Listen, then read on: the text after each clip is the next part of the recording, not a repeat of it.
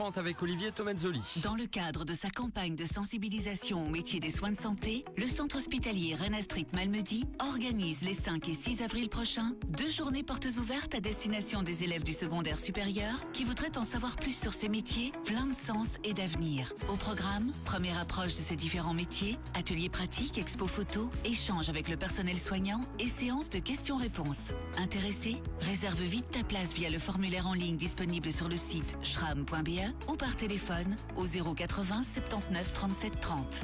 Les portes ouvertes étudiants du centre hospitalier Rennes-Astrid Malmedy, les 5 et 6 avril prochains, à la rencontre des métiers des soins de santé. Impact FM vous ouvre son antenne. Il est déjà 8h08. Déjà 8h08, nous sommes en direct sur Impact FM, Impact News sur Facebook. Ça tombe bien pour la transition, on vient de l'entendre. On va consacrer ce 8h08 aux journées portes ouvertes étudiants du centre hospitalier Rennes-Astrid de Malmedy pour les 5 et 6 avril prochains, à la découverte donc des métiers des soins de santé. 2 invités en studio. Tout d'abord Judith Lemaire, directrice du département infirmier du SRAM. Bonjour. Bonjour. Et puis nous avons au bout du studio Djihad Al-Aswad, infirmier chef au SRAM. Bonjour à vous. Bonjour. C'est votre première d'ailleurs, je pense, ici en studio, oui, ici à la radio. Tout à fait. Est-ce que je peux juste vous demander, avant de démarrer toute chose, vous présenter un peu ce que vous faites au quotidien? Comment ça se passe l'un et l'autre? Bien, pour ma part, donc en tant que directrice du département infirmier, je suis responsable de tout le département soignant, autant les infirmières que les aides-soignantes, les brancardiers, psychologues, diététiciennes et autres paramédicaux. Et donc, mon travail est principalement de garantir la qualité des soins au travers de toutes les équipes que je dirige en collaboration avec les infirmières chefs de service et les infirmières en chef. Il y a de quoi faire, autrement dit. Beaucoup de travail, effectivement. Alors, quant à vous? Moi, je suis infirmier chef du bloc opératoire, donc je gère le bloc opératoire ainsi que le service de stérilisation. Je mets une équipe d'infirmières, j'organise le travail au quotidien en collaboration avec les médecins, chirurgiens et anesthésistes. Et mon travail concerne à la fois la gestion d'équipe, mais aussi la gestion du matériel et des besoins quotidiens pour chacune des interventions, pour prendre en charge chaque patient, chaque malade différemment et personnaliser la prise en charge de chacun. Voilà, on vous connaît déjà un petit peu mieux ainsi. Alors, on le sait évidemment, depuis des années et des années, le milieu hospitalier sont en pénurie de personnel, infirmiers. Comment est-ce qu'on peut expliquer cette situation-là ? Je pense qu'il y a un petit peu différents facteurs à prendre en considération.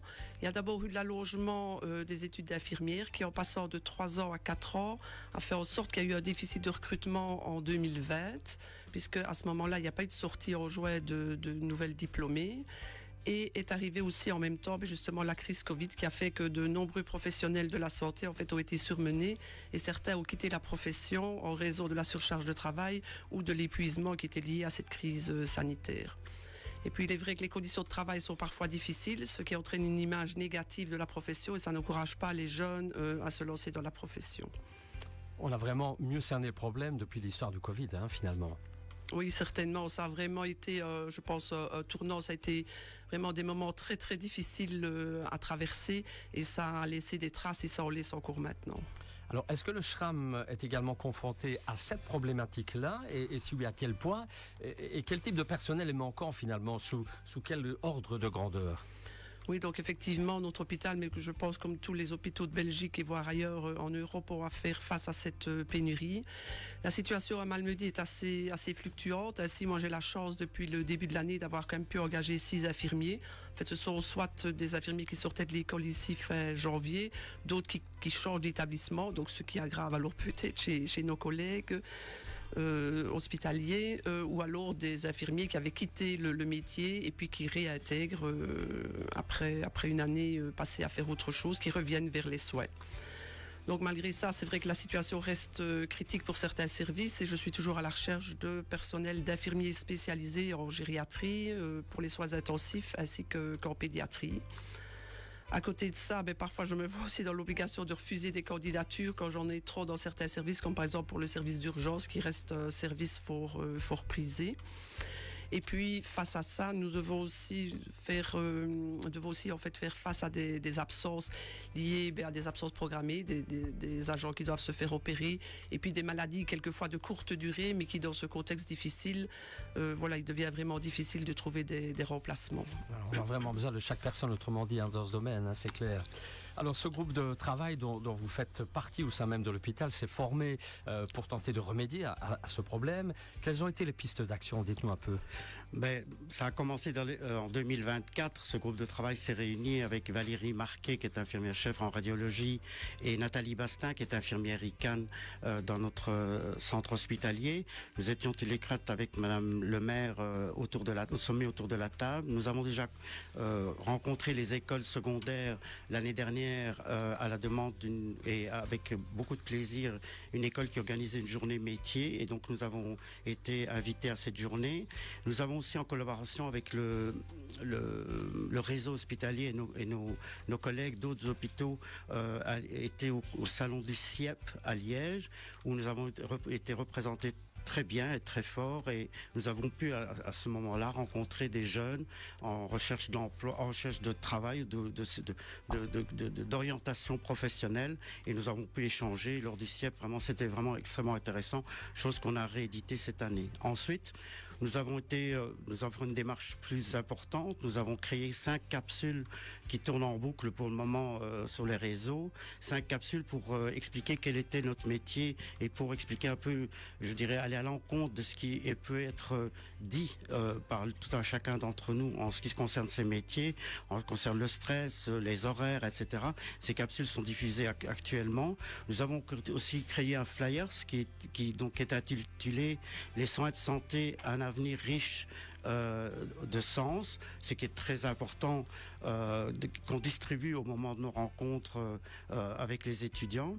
Nous avons aussi créé des petites fiches complémentaires qui expliquent le parcours estudiantin qu'on peut avoir lorsqu'on s'inscrit dans une école pour suivre des études d'infirmier ou d'infirmière.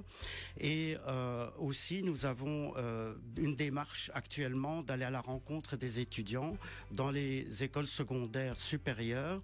Nous en avons déjà fait quelques-unes, et nous sommes très contents, en tout cas, de ces rencontres et des échanges qu'on peut y avoir. Voilà un peu en grand de ce qu'on fait, et on terminera évidemment par cette journée porte ouverte du 5 et 6 avril prochain au sein même de l'hôpital, pour lequel on espère vraiment beaucoup rencontrer des jeunes et des jeunes motivés. Alors, vous venez de le dire à l'instant même, vous faites en ce moment le tour des écoles secondaires, on l'a bien compris, de notre région, pour sensibiliser les étudiants à ce type d'études. Quelle est la réaction de nos jeunes vis-à-vis de cela? Alors, les réactions, tout d'abord, je voudrais remercier les écoles, parce qu'on a vraiment été toujours très bien accueillis, et je pense que les écoles ont montré de la région ici un intérêt particulier à notre démarche. Vraiment, c'est quelque chose qui vraiment a bien plu, et on sent bien qu'il y a un intérêt de la part des organisateurs, des dirigeants des écoles, directeurs et autres. Et donc, on a vraiment été bien accueillis. On a rencontré des jeunes étudiants de niveau 3, 4, 5, 6, des groupes un peu différents, avec ce qui nous a permis un peu de démystifier un peu notre métier, d'expliquer ce qui est notre métier, d'expliquer notre parcours, d'aller à leur rencontre. On a éveillé surtout leur curiosité, j'espère, dans cette démarche, parce que le principe, c'était vraiment de les éveiller par rapport à nos métiers d'infirmiers, de team. Les teams, ce sont des technologues en imagerie médicale, donc qu'on a associé à cette démarche de publicitaire, ou en tout cas de rencontres. Et aussi, ce qui est étonnant dans ces jeunes, c'est qu'il y a une certaine timidité, une certaine retenue, mais il y a vraiment quand même, de la part de certaines curiosités, des questions sur la possibilité d'avoir une activité sportive à côté, une activité culturelle, de concilier la vie de famille avec la vie professionnelle, etc. Donc vraiment, c'est toujours très intéressant, évidemment, de rencontrer cette jeunesse qui est magnifique. Donc voilà, pour moi, c'était jusqu'à maintenant, chaque acteur de ce groupe a été à ces rencontres, et je pense que chaque acteur est revenu vraiment avec très positif de ce qui s'y passe. Justement, enchaînons, quels sont les types d'études qui sont disponibles pour accéder à ces différents métiers? Alors, il y a trois, en ce qui concerne les infirmiers, il y a 3 grands créneaux vraiment. Il y a l'infirmier bachelier qui se fait dans les hautes écoles d'infirmières. À Liège, il y en a quelques quelques-unes, donc Liège dans la province de Liège. Donc c'est des études de 4 ans et là on obtient un titre généraliste d'infirmier bachelier. Il y a le deuxième cursus qui est un cursus court de 3 ans et demi et là c'est un infirmier hospitalier de 3 années, un brevet d'infirmier hospitalier, c'est 3 ans et demi d'études. La différence entre les deux, c'est que l'un, je dirais, il y a les 4 ans, il y a plus de théorie et un peu moins de stage. De stage et aussi maintenant, il y a les cours de simulation qui se donnent dans ces écoles d'infirmières, des laboratoires de simulation qui sont magnifiques et sont bien adaptés aux études d'infirmier et du métier d'infirmier.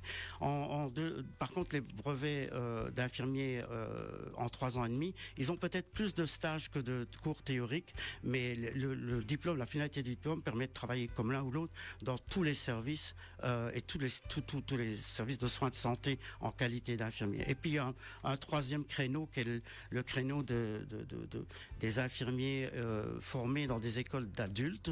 Et là c'est 5 ans et ça se fait dans ce qu'on appelait anciennement les écoles de promotion sociale ou l'IPEFA, donc la formation d'adultes. Et là c'est 5 ans d'études et ça donne un diplôme de Birch, donc aussi qui permet parfois d'allier une vie professionnelle et une vie estudiantine. Voilà. Pour ce qui est des teams, je vais en parler quand même un petit peu. Les teams, c'est les technologues en imagerie médicale, donc ce ne sont pas des infirmiers.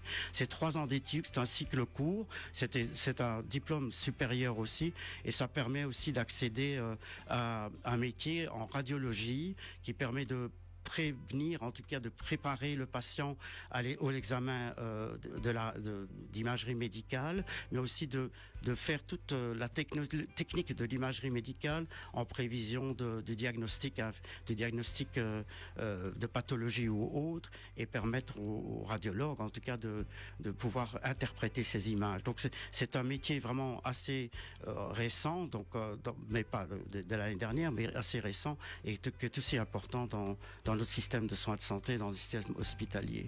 C'est un beau métier en tout cas. Oui. C'est un très beau métier. Oui, je pense. Alors, quels sont les grands avantages parfois méconnus de ces métiers de soins de santé? On parle souvent de leurs inconvénients, il faut bien le dire. Justement, c'est ce qu'on a voulu en fait démontrer au travers des 5 capsules vidéo qui sont accessibles donc sur notre site internet ou sur notre page Facebook. On peut penser que quelquefois d'avoir des horaires variables est un inconvénient, mais voilà, ça peut donner la possibilité justement de réaliser ces démarches administratives ou de prendre des rendez-vous en dehors des heures de bureau. Avoir des pauses variables, faire des nuits par exemple pour une jeune mère de famille en travaillant en nuit, elle a la possibilité de voir quand même ses enfants le matin, voire de les conduire à l'école et de les récupérer à la sortie de l'école. On peut penser aussi que le métier d'infirmier, c'est un métier pénible parce qu'on est constamment confronté à la souffrance, à la mort, mais c'est justement de pouvoir contribuer au soulagement de cette souffrance qui fait que c'est un métier extrêmement gratifiant. On peut aider les patients soit à retrouver leur autonomie ou au contraire les aider dans leurs derniers instants. Et puis un autre avantage qui n'est pas négligeable non plus, c'est le fait d'avoir une garantie d'emploi. On en cherche dans énormément de secteurs. Le métier d'infirmier, moi je dis toujours, c'est un métier, 1000 métiers, tellement il y a des diversités en fait d'emplois différentes, que ce soit en milieu hospitalier, en maison de repos, à domicile, que ce soit pour travailler dans des prisons aussi, être infirmier de rue, enfin les spécialisations aussi même au sein des institutions hospitalières sont extrêmement nombreuses et donc il y a vraiment moyen de trouver sa voie quelles que soient ses aspirations et d'évoluer aussi au cours de sa carrière. Très bien. Alors j'ai encore 2 petites questions avant la clôture, le temps passe vite de ce 8h08. Afin de présenter justement ces métiers de façon plus concrète aux étudiants, vous organisez les 5 et 6 avril prochains 2 après-midi portes ouvertes à l'hôpital. Ça consiste en quoi? Comment ça va se passer? Non, vas-y, oui. Je t'en prie. Nous avons prévu en fait, donc on va accueillir, donc c'est l'après-midi, on prévoit 4 groupes, donc à partir de 13h, avec une visite du service de radiologie, la participation à des ateliers pratiques tels que la possibilité de réaliser soi-même une prise de sang, de pouvoir par exemple mesurer la glycémie, réaliser des pansements. Ils pourront aussi apprendre les bases de la réanimation cardiopulmonaire Et puis, pour ceux qui n'auraient pas encore l'occasion de voir nos vidéos, nos capsules vidéo, il y aura accès à ces capsules et surtout de pouvoir échanger avec des professionnels de la santé et pouvoir aussi regarder une expo photo qui va aussi, entre autres, montrer tous les projets que le SRAM a pour les prochaines années et ils sont nombreux. J'ajouterais qu'il y aura aussi un stand école, Oui, exact. donc qui sera là présent aussi pour informer ces jeunes étudiants sur le parcours, en tout cas des études théoriques, pratiques, des stages, etc., pour mieux les informer sur les possibilités d'études qui pourraient leur être offertes ici pour les années qui viennent. Alors, à qui sont destinées ces portes ouvertes prochaines et comment fait-on pour y participer de manière concrète et pratique? Oui. Donc ces journées sont vraiment destinées aux étudiants de secondaire supérieur ou alors éventuellement de ceux qui sont déjà dans le supérieur et qui voudraient se réorienter. Pour l'inscription est obligatoire donc via les petits flyers qu'on a distribués dans les écoles ou flyers qui est aussi accessible sur la page Facebook de du SRAM. Ou alors il y a encore possibilité de téléphoner pour plus de renseignements et inscriptions au 080 79 37 30. Oui, vous vouliez rajouter quelque chose?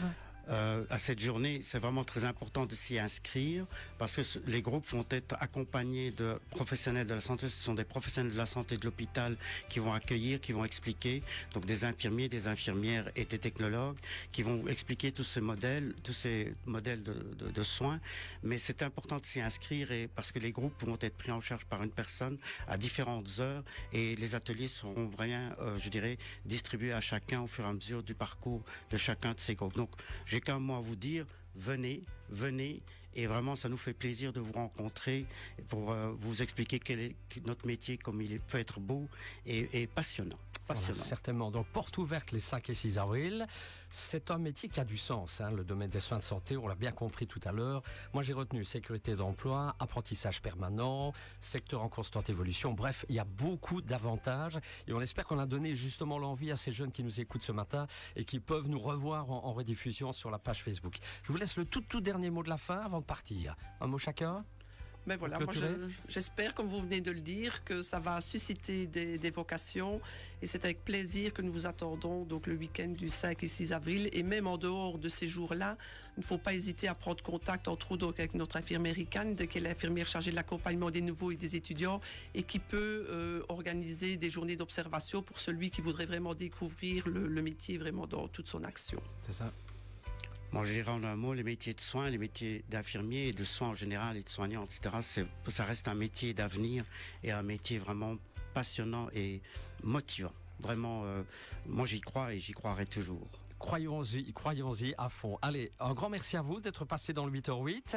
Dans un petit instant, l'arrivée des infos. Je rappelle que demain, tout autre chose dans le 8h08, présentation des portes ouvertes et de la Roller Music Party qui aura lieu le 5 avril. Sophie Bernès, porte-parole de la SBL La Pile, nous en parlera demain en direct.